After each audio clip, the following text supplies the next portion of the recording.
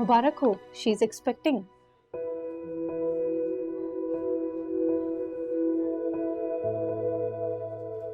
मगर आपको इनका खास ख्याल रखना पड़ेगा, बस बहुत वीक हो रही हैं ये। खाना वाना ठीक से खाती नहीं है क्या? नहीं, ऐसी तो कोई बात नहीं है। अच्छा, एनीवेज मैं कुछ मल्टीविटामिन्स लिख रही हूँ, उनको बाकायदगी से जो है ना लेते रहें, ठीक है? और अपनी डाइट का जो है खास ख्याल रखें, फल और जूसेस ज़्यादा लें, ठीक है? कुछ दिन इनको बेड रेस्ट करवाएं, ठीक है? और ये दवाइयाँ लेते रहें।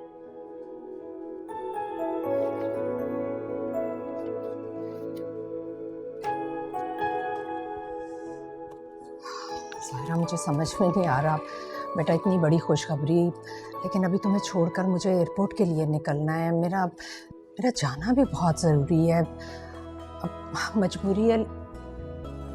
तुम परेशान मत हो, हाँ? मैं जल्दी आने की कोशिश करूँगी, बस तुमने अपना ख्याल रखना है, हाँ?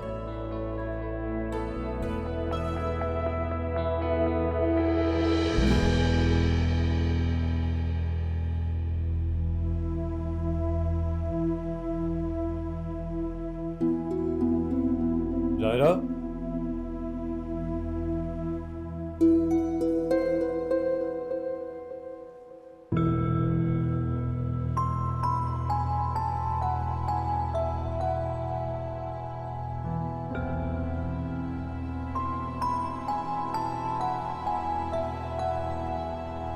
अच्छा उठ जाओ ना, तुम भी कपड़े बदल लो, घर में पहन के खराब हो जाएंगे। अस्सलाम वालेकुम अम्मी।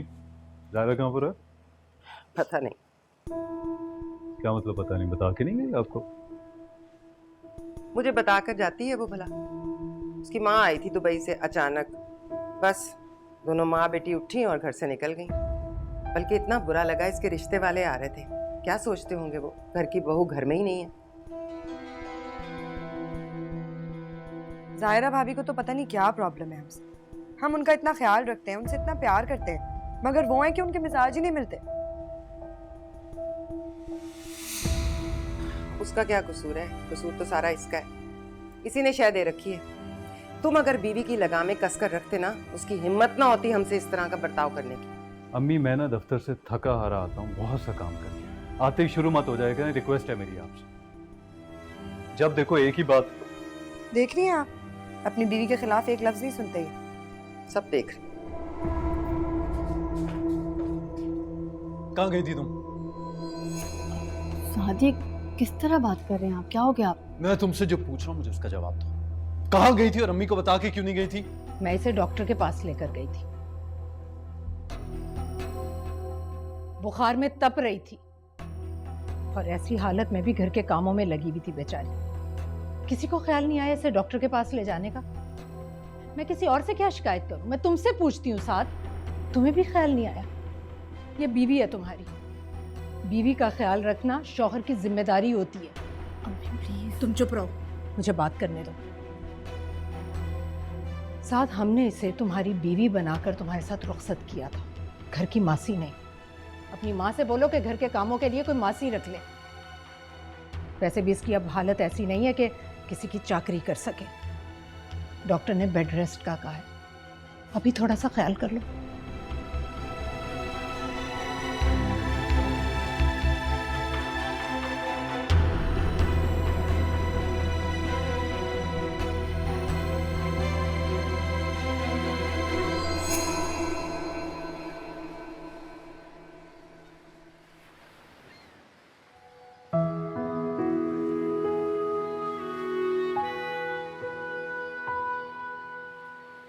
तुम्हारी बहन कैसी है जिसकी मंगनी टूटी?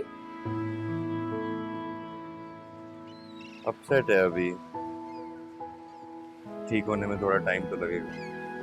हाँ, आई कैन अंडरस्टैंड।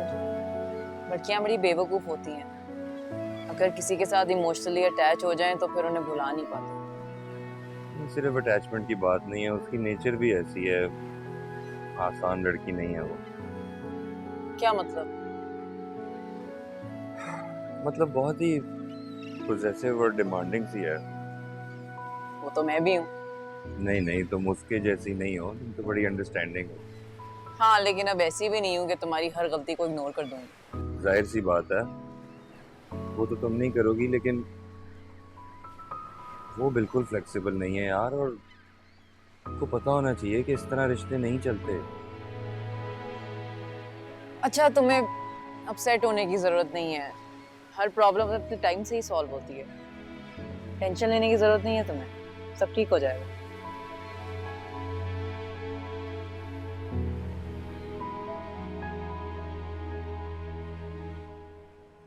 अरे ऐसा कौन सा दुनिया से अनोखा काम करने जा रही है तुम्हारी बेटी नफीसा?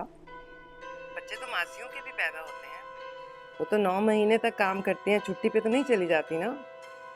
कुछ नहीं होगा, तुम परेशान ना हो। उसे डॉक्टर ने बेड रेस्ट का कहा है जैतून, और उसकी हालत ऐसी नहीं है कि वो घर के कामकाज कर सके। तुम कोई फुल टाइम मेड क्यों नहीं रख लेती? ये अच्छी कही तुमने। 3 कमरों के छोटे से मकान में पूरे वक्त की मुलाजमा कौन रखता है?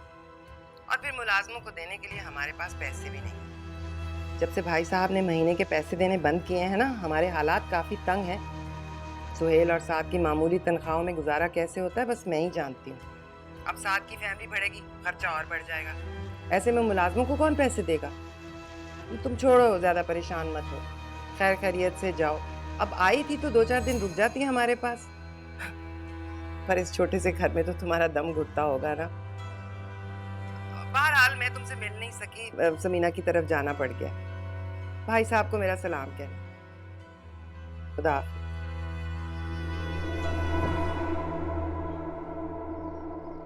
क्या ये सब?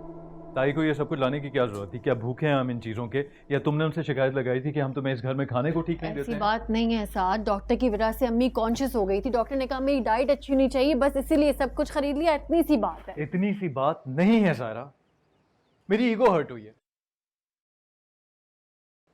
मैंने उनकी डांट, उनका गुस्सा खामोशी से बर्दाश्त कर ली, लेकिन इस तरह तुम लोग मेरी इंसल्ट नहीं कर सकते हो। मैं ये राइट नहीं दूंगा। तरह इंसल्ट नहीं, तुम लोगों ने insult, I don't give you the right कि किस तरह वो बात कर सकते हो। प्रेग्नेंट?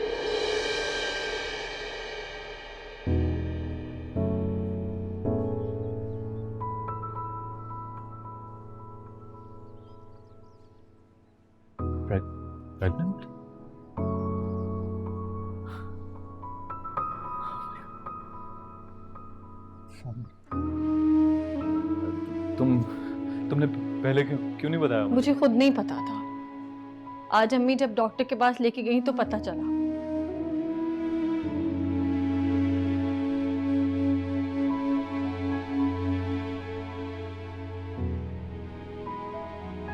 क्या बात है सारा, तुम खुश नहीं हो?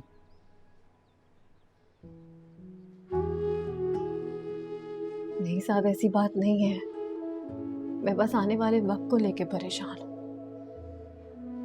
बच्चा बहुत बड़ी जिम्मेदारी होती है, और अभी हम फाइनेंशियली स्टेबल हैं ही नहीं। क्या हो गया सारा, क्यों इस तरह की बातें कर रही हो? अल्लाह ताला जब किसी इंसान को इस दुनिया में भेजते हैं तो उसके रिस्क का बंदोबस्त भी तो करके भेजते हैं, इसलिए तुम परेशान ना हो, सब ठीक हो जाएगा। लेकिन साथ सारा, बेकार की बातें क्यों सोच रही हो? तुम परेशान होगी तो बच्चे पे भी स्ट्रेस पड़ेगा। इसलिए परेशान मत हो। मुझ पर भरोसा नहीं है तुम कि अपनी औलाद को पाल नहीं सकता मैं, पाल सकता हूँ। इसलिए तुम परेशान ना हो, सब ठीक हो जाएगा।